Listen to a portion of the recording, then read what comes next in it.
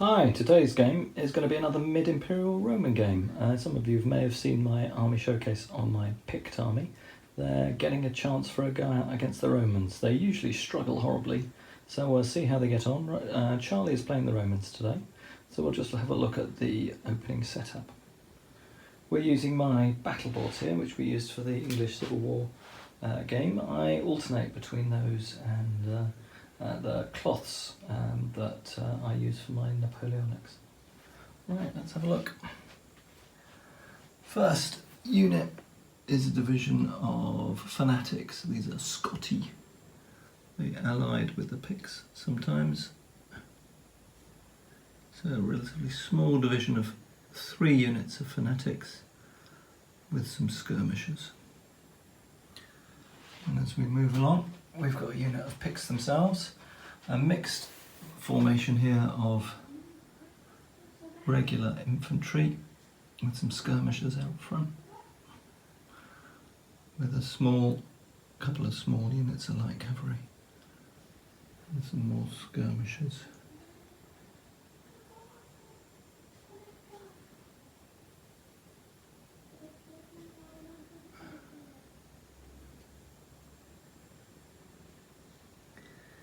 Pull back again, and finally on the far right flank we've got a 3rd division, again of Picts.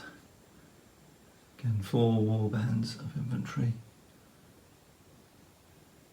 some light cavalry and some skirmishers. They're facing off against the Romans. Holding this hill we have a unit of Roman auxiliaries supported by a ballista.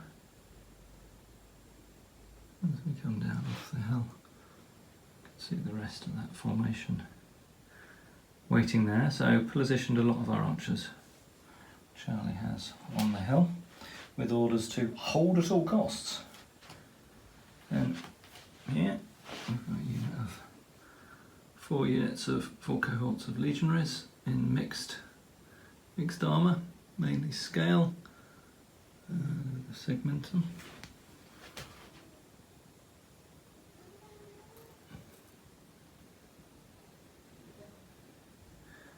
These are all A&A miniatures with LBM shield transfers. And pulling back to the far left flank of the Romans, we've got 2 units of Roman cavalry. A regular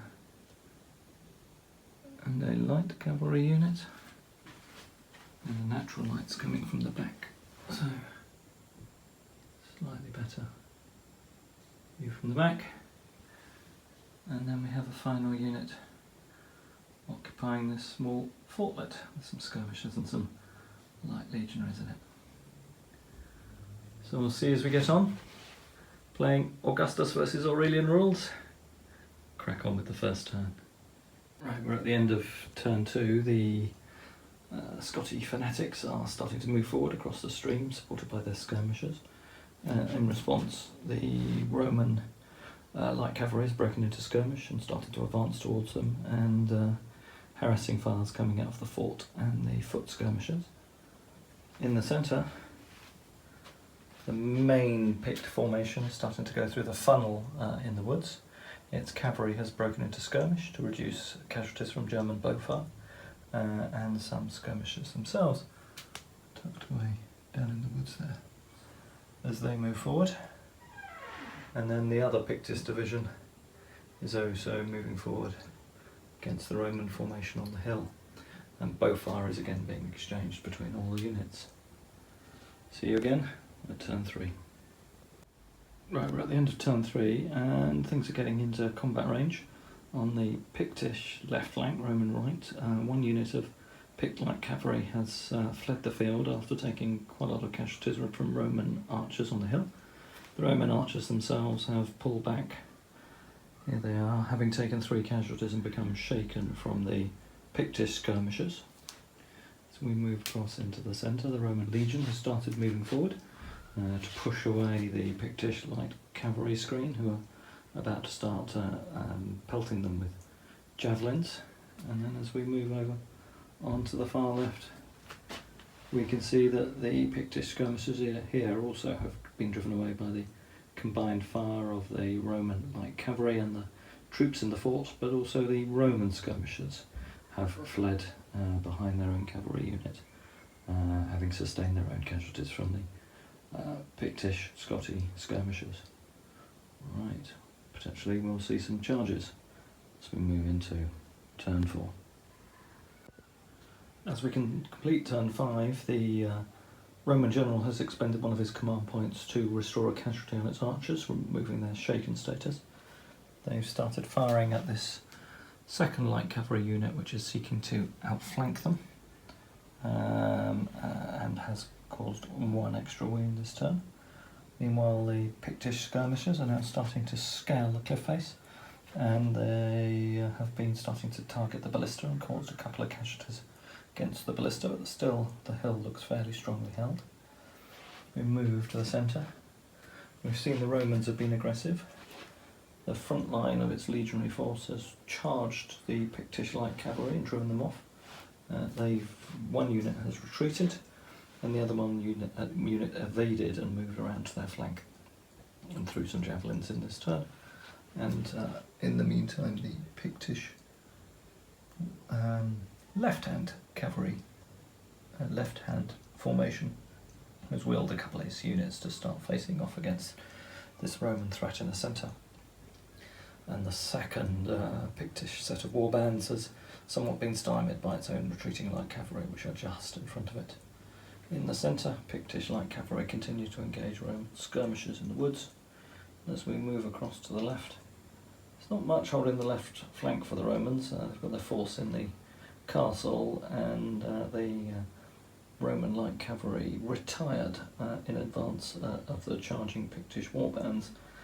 However, we've caused a lot of casualties on them, so the threat from the fanatics seems to be diminishing. They'll probably have a go at charging this turn. We'll see how that turns out, but that fort still looks like a formidable obstacle. There we go at the end of turn 5. Picts about to hold the Scotty about to charge on the left flank in a do-or-die move. In the centre, the Picts still look very strong, but they're going to have a go then against those legions, and their skirmisher screens, who they wanted to whittle it down, have not proved that effective. They're more effective against the flank, so we may see them pursuing a bit of a flank attack here, but the centre is still looking significant challenge. On we go with turn 6. On in turn 6, the skirmishers and Pict light cavalry are swarming up the hill now, putting pressure on the auxiliary units that are holding the hill. In the centre, the Roman legion have charged again and driven the light cavalry off the table, but they in turn have then been countercharged by the Pictish warbands. This looks like a crunch combat for the game today. Further in the rear of the Roman lines, the Pictish light cavalry has started to sort of snake their way through the Roman lines just to cause trouble. We'll see how the Romans choose to deal with them. Probably just charge the infantry in them and drive them away. And then on the other flank, we also have action, as the Scoti have indeed charged in, and the Roman cavalry have countercharged them, and the third of their warbands is now lining up a charge for the next turn against the Roman fort. So some pretty important combats. We'll just settle these, give you a view of where we've got to as we get to the end of turn 6.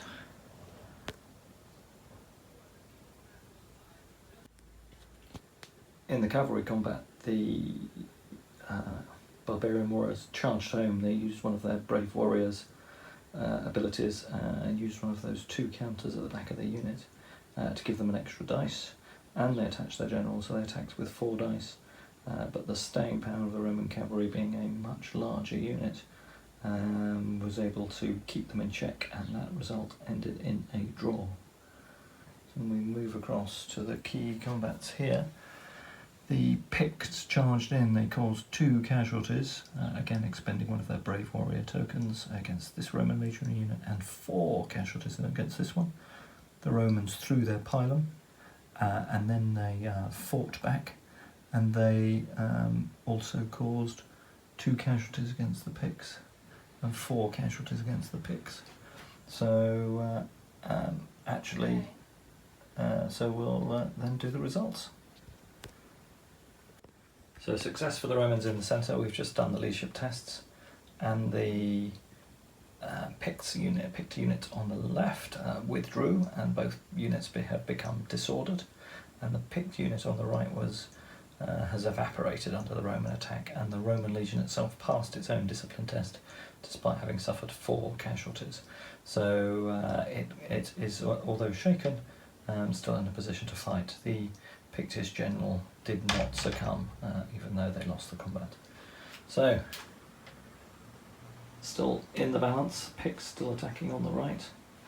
In the centre, the Romans have pushed back, and on the right, there's still a tussle going on for who holds the hill.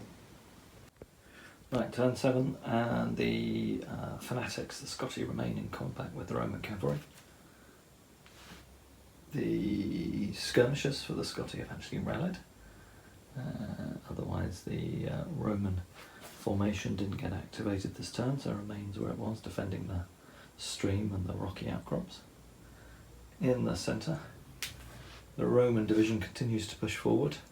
The Picts have also attacked. So here we've got a Pictish warband charged in against the front of the Romans here, again supported by their general, and a warband from the flanking formation, which is assaulting the hill. It's come in against the second line of the Romans, and a third warband is edging through the trees, hoping to take these auxilia in the flank. Up on the hill, the Picts have already had success. Their light cavalry has charged the rear of the fleeing archers, and they've fled off table, and the remaining auxiliary unit and the ballista on the hill are pretty isolated, and these Roman units will probably have to refuse their flank rather than support their colleagues just to keep the flank of this formation intact. So over on the right, things are looking good for the Picts. The question is, will they be able to break through, or at least hold the Roman legionary machine in the centre? Come back at the end of turn 7. On the right flank, the Picts have played it cautious, and their skirmishers remain in the rocky outcrops, firing at that unit of auxiliary, which fortunately for the Romans for the Picts did not activate and wasn't able to charge and drive them off. While down below, the Pictish light cavalry is now swinging around the rear of the Roman army. The Roman auxiliaries have slightly repositioned to face off against it, but their flanking unit, the unit of archers, has just been charged by the Picts out of the woods. In the centre, combat continues. It was a stalemate across the front, units passing their break tests, and a third unit of Pictish infantry has charged in. They've now all used their last extra bonus on this turn of fighting, so we'll see how the final go of frenzy, as it were, for the Picts pays off, and whether they can break the legionaries in the centre. Otherwise their supporting units were unable to move up. And over on the far left flank, the Scotti charged the fort and remain in combat with the cavalry, having passed their leadership test. Rolled a double 1 last turn. However, the final unit of Picts is now fleeing the table and might well disappear next turn, the final unit of Scotti. So we'll see how we get on as we fight out the combats in this turn.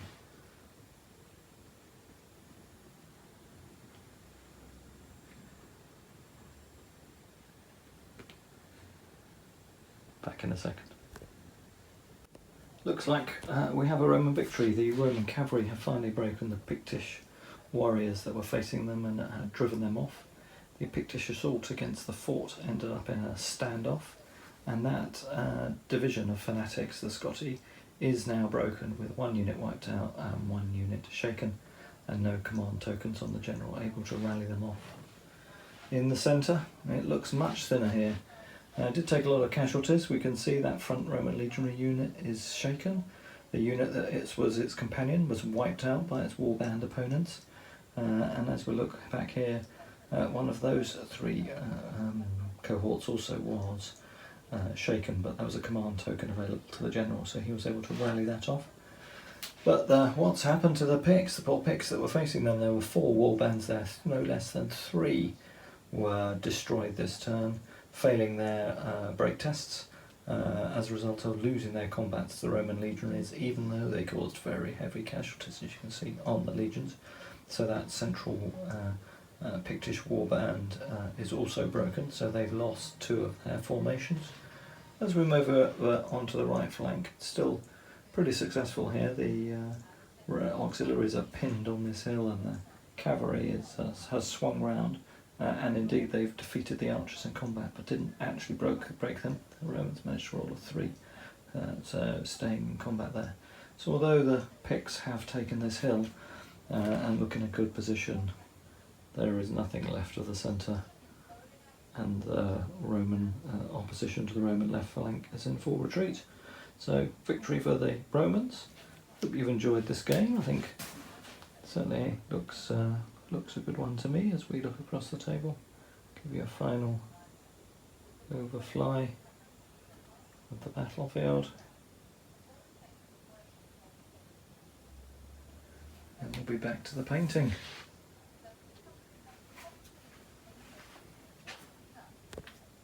See you all in the next video.